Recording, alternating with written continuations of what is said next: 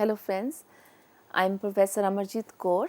I have been working with the Department of Management, and prior to that I have worked in private sector for many years, and I also have worked in the food industry for more than 5 years.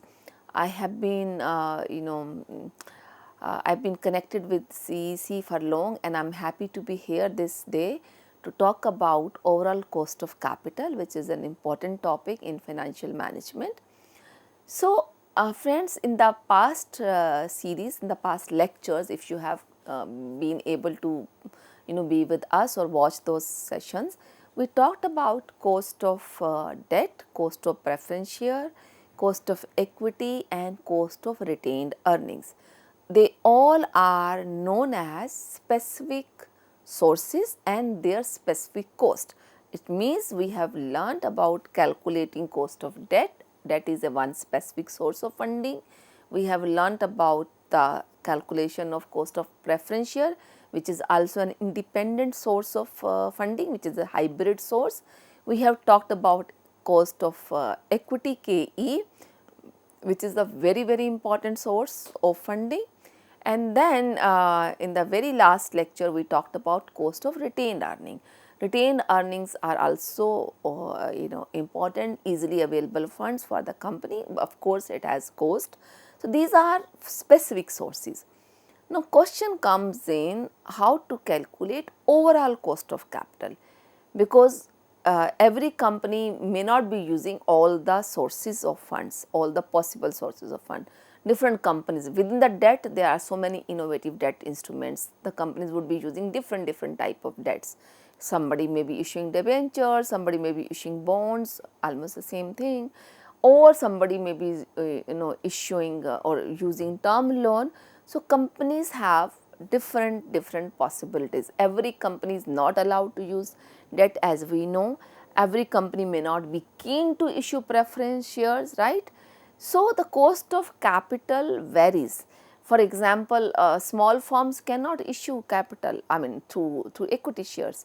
They are not entitled to. So, a company registered or limited company or public limited company can issue capital, right? So, to raise capital through equity share. So, every business would have different sources of funding, and the overall cost of capital will depend upon what source are we using and how much are we paying for that source. Because even debenture, the two companies would be using debt funding or project loan from the same source, from the same financer, even then the cost would be different, right, which affects the overall cost of capital. So, it is so important, because this overall cost of capital decides about the expected return a company may put up as an agenda, because ultimate objective of a company is to maximize shareholders fund, and that is possible only if company is earning higher than what is the overall cost of capital for a company. So, the knowing overall cost of a capital is that much important, because this really decides the long term sustenance of a business. Okay. So, friends, let us talk about what is the concept of cost of capital first, and then we will learn about its calculation, all the steps involved in the calculation of cost of capital. So, technically we define cost of capital as a minimum benchmark return a firm should earn to meet its cost of capital. The cost of capital consists of following components or elements known as cost of specific source. So, cost of debt, cost of equity, cost of preference share, and cost of retained earnings, right. Now, how do we calculate overall cost of capital? That is something which we need to learn. So, a firm may procure long term funds, as I said, from various sources. When all these cost of different form of long term funds, they are weighted, right, by their relative proportion to get overall composite cost of capital, that is known as weighted average cost of capital, WACC or KO, overall cost of capital, right. So, because company may be using different sources. So, whenever we have, and so let us say if a company is using 100 rupees in total, 100 crore, 100 lakhs, you may assume anything. Out of 100, if the debt is 30%, means the rebates become 0.30, right. Equity is 60% and preference is 10%. So, weight become 30%, 60% and 10%. So, we multiply these weights with the specific amount and then make an average, then make a summation of this. So, that average is your overall cost of capital or weighted average cost of capital or KO. Okay. So, weighted average cost of capital is defined as weighted average of the cost of various sources of finance, various specific sources of finance rather, or various individual sources of finance. So, weights being the market value or book value of each source of the financing outstanding. So, weight could be anything, it could be book value or it could be market value. This is the really most difficult step in deciding the cost of capital, because the moment we decide to change the weights from book value to market value, our calculations would change, would vary very significantly, right. So, with this discussion, let us discuss that what are the steps which are involved in calculation of overall cost of capital. So, there are two major steps. First is to assign weights to specific cost, right, and then second is multiplying the cost of each of the source by the appropriate weight and then dividing the total weighted cost by the total weights. So, friends, in fact, prior to this, the first step is to calculate cost of specific source of funding and then assigning weight to the specific cost. So, specific cost we have learned in the past, cost of debt, cost of equity, cost of, I am repeating because it is important. So, each specific cost has its own, source has its own cost which is calculated and then the weights are assigned, right. So, assign weights to specific cost is the second step after calculating cost of each source which the company is using, and the company A would be using a different source than the company B or C. And then we multiply the cost of each source which already calculated by the weight I just mentioned, and then we divide the total weighted cost by the total weights. And the formula, as I said, KO is equal to KD multiplied by, so KD is cost of debt multiplied by WD. W stands for weight, D stands for debt. So, KD multiplied by WD plus KP multiplied by WP. KP is cost of preference and WP is weight of preference plus KE cost of equity multiplied by weight of equity WE plus the last source KR multiplied by WR. So, KR is cost of retained earning multiplied by cost weight of retained earning. So, this is how we calculate the overall cost of capital. Now, what is the most important point in calculation of overall cost of capital? Two things, that how to decide weights, because as I said, weights could be market based weight and the weights could be your book value weight. So, I shall be discussing about these market value weights or market based weights and the book value weights as well. So, market value weights they represent the current economic value of the company's capital. So, weight of equity as per the market value weights method, market capitalization divided by total value of the capital. So, market capitalization is basically outstanding share multiplied by the current market price per share. So, let me discuss this market value weights first.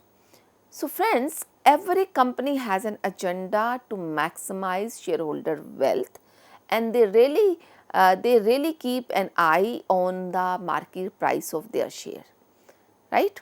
So, market price of share is affected or is actually influenced by the risk and the return characteristics of a company. how a company is perceived pertaining to risk and the returns both.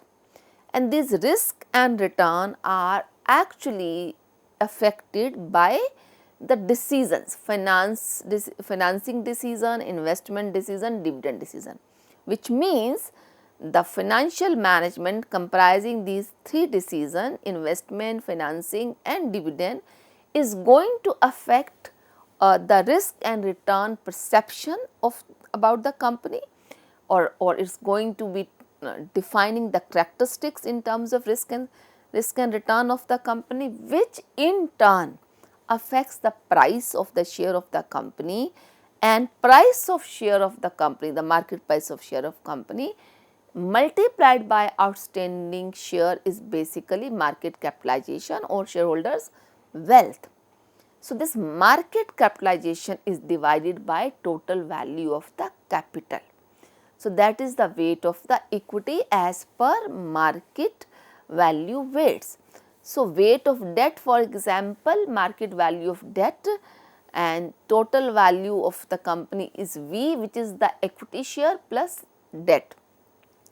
So, market value weights of debt is market value of debt divided by total value of capital, and value of the firm, V is value of firm, is E plus T, equity, the value of equity plus value of D, D is debt. Now, if the market value of debt is difficult to obtain because it is not always, then the book value of the debt is often used as a proxy of the market value of the debt, provided there is no significant difference between the book value and the proxy value. So, this is regarding the market value weights. So, now question comes in, will a company like to use market value or book value? Before that, I would like to discuss about book value weights, and there is one more type of weights which are as per the future expectations or future issue we are going to have. So, book value weights, what are they? Now, the book value weights are the weights which the actual at the time of issue we showed in our books. Debt, when I acquired debt, the value of debenture is XYZ amount, 10 crores in my books, right? And the value of preference share when I issue, the issue price is, let us say, 20 crores equity. So, total becomes 30, right? So, 10 by 30 and 20 by 30, that becomes weight for the purpose of calculation of weights for the cost of capital.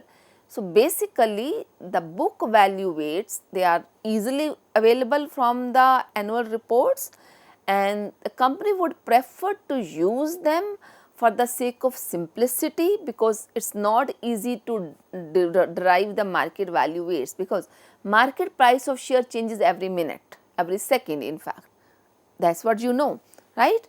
So, and there is so much volatility in the market. You may conclude X value by the time by the evening your value is absolutely up or down. So, because of those volatilities, there are people who recommend to use book value, and book value weights are easily available. So, this all depends, and mind you, and generally for most of the companies, book value is going to be lesser than the market value for all the growing businesses. Of course, it could be reverse as well, but most of the growing businesses, companies having good growth prospects, they would be reporting higher value of market weights than the book value weights, because the book value is the time when book value is showing the debenture equity preference, what they were actually taken as at the time of issue of debenture preference or equity, right. And a company is growing means the market price of the share or the market price of debenture if available, or market price of preference share is going to be higher than what it was issued. So, companies may prefer to use book value because calculation may be easy, but otherwise market value weights are more realistic, more true, more close to the reality, whereas book value weights are more easy to access and use because they are available, they are part of the published financial statement, right. So, generally it is recommended that the preferred book value weights may be preferred because of simplicity, but may not accurately reflect current financing cost if the market value of share is significantly higher than the book value. So, this was the second type of weights. Now, there is another type of weights which is also discussed, and literature do talk about the third type of weights as well. Primarily two are discussed, market and book value, which I just discussed. The third type is target capital structure based weight. Now, what is target capital structure weight? So, let me discuss this. Let us say I already have debt, preference, equity, everything I am using. My current weights are, let us say, debt is 30%, equity 60%, preference 10%, means 30 is to 60 is to 10. So, this is my existing weight, right, existing leverage or existing capital structure, right. But a company is going to expand, it really need huge money, it's busy in raising funds, right, and company intends to change the capital structure. In the current structure which we assume, the debt component was only 30%, but nowadays everybody wants to get the benefit of trading on equity. Company may prefer to go for more debt funding. In that case, what will happen? In that case, company may decide to change the capital structure. The current is 30 is to 60 is to 10. Company may like to make it 60 is to 30 is to 1, means company may like to go for 60% debenture for the new project, right. 30% equity and 10% preference, or maybe no preference at all. So, let us make it as 60, 30, 10. Now, this is not the real one. This is not the existing structure. This is what company is targeting, right. And to calculate the cost of capital for this new project, company will use these weights 60, 30, 10, which is not a real one, but a targeted one. That company want to raise funds, right, want to bring down the structure or bring down more leverage, or in fact want to add more leverage, because company is sure about the growth, is able to generate funds to pay the financial obligation, be it interest or the principal amount of that debenture or debt funding. So, if company is very much sure, company may, there are companies which change their structure very often, I mean because of certain big change, but certain development in the market. Even Reliance Industries during Corona time, they announced they will not have debt in their structure. So, likewise company may decide to have more debt in their structure, anything could be possible. So, then they may use, so this kind of weights which are based on the future targeted capital structure, they are known as target weights. So, they are rather than the current market or book value weight, this could be the third possibility, target weights. Now, target weights would have more subjectivity, mind you. Why? Because market weights are though little difficult to calculate. Book value weights are unrealistic, could be unrealistic. Every type of weights have their own limitations or benefits, but they are easy to use because they are part of financial statements. Now, the target weights could be, you may have the target, but you may not be able to achieve it. You may not be able to get this much debt funding, or you may not be able to raise through equity or the preference, whatever the structure you are aiming at, right. So, target weights are again having certain limitation, because there is a possibility of subjectivity in this. So, whichever type of weights basis on the company's condition, or even it is an exam paper, then you have been given, then it is not difficult. But my agenda is to bring you close to the reality, what happens in businesses, right. So, we are going to use them as weights, and then we may learn how to calculate overall cost of capital. So, I will take up a small example here to help you understand how to calculate cost of capital. The the case goes like this: a firm after tax cost of capital of specific source is as follows: cost of debt 8%, cost of preference capital 14%, cost of equity 17%, and the following is the capital structure: debt 3 lakhs, preference capital 2 lakhs, equity capital 5 lakhs. This figure could be in crores or lakhs, you can assume. For the sake of simplicity, I kept it only lakhs and state rupees. Now, the current status is 3 to 5, right? 3 by 10, 2 by 10, 5 by 10, 30%, 20%, 50%. That is what you can see. So, they are weights, and we have been given, it is already calculated, and we have been given the cost of specific source. The specific source here in this example, we have 3 specific sources: debt, preference share and equity, right. So, debt has cost of 8%, is always, as I said, from the last couple of decades, cost of debt is always cheaper because of the tax benefits. Almost every country has tax benefit on using of debt funding. So, debt is having the minimum cost, which is already calculated and given in the case. Preference share has 14%, highest cost is for equity. The 3 sources are given. So, we have to calculate overall cost of capital. So, this is how we calculate. So, the first column represents sources. We have 3: debt, preference and equity. The second column is talking about amount. So, how much is the amount under each source the company is using: 3 lakhs for debt, 2 lakhs for preference share and 5 lakhs for equity. And proportion, the weight, if you look at the proportion, 5 by 10, 2 by 10, 3 by 10, which means 30%, 20% and 50%. The proportion or weight are one and the same thing. And if you remember from the question, we have been given cost of each source: 8%, 14% and 17%.